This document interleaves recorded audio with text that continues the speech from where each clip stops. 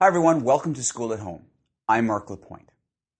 So today, I want to talk about the reason that you homeschool. And here's what I mean. So homeschooling, in my opinion at least, it just isn't for the faint of heart. I mean, it can take a real toll on your emotions. It'll sometimes stress you out, and other times it'll make you question your abilities as a parent. But here's the flip side.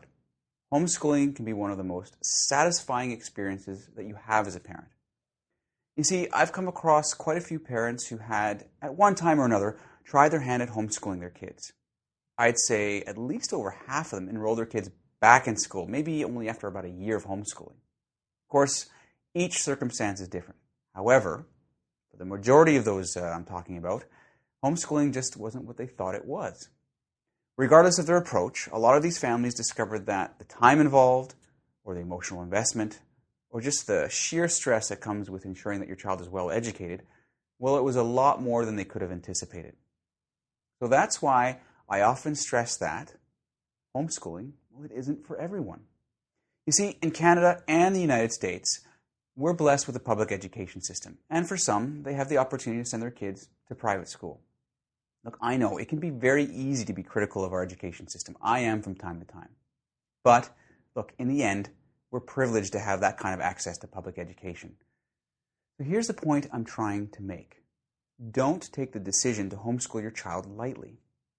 And really, it all starts with answering one simple, yet really important question. Why do you want to homeschool? You see, your response to this question, well, it's really important because it can set the tone for everything you do from here on in, at least as far as homeschooling goes. So let me give you an example from my own life. You see, our decision to homeschool our kids, well, it really started off as a practical one. You see, we didn't always homeschool them. Our daughter, well, she used to be a high-level gymnast, and after a while, she couldn't keep training and keep going to class. So my wife and I decided to homeschool her. Trust me, it really wasn't easy at first, but after a while, we realized that homeschooling offered a much deeper academic experience. So she had such a good experience that we made the decision to homeschool our son a year later. So our reason for homeschooling, it was really based on rigorous academics. But your reason for homeschooling may be very different than our own.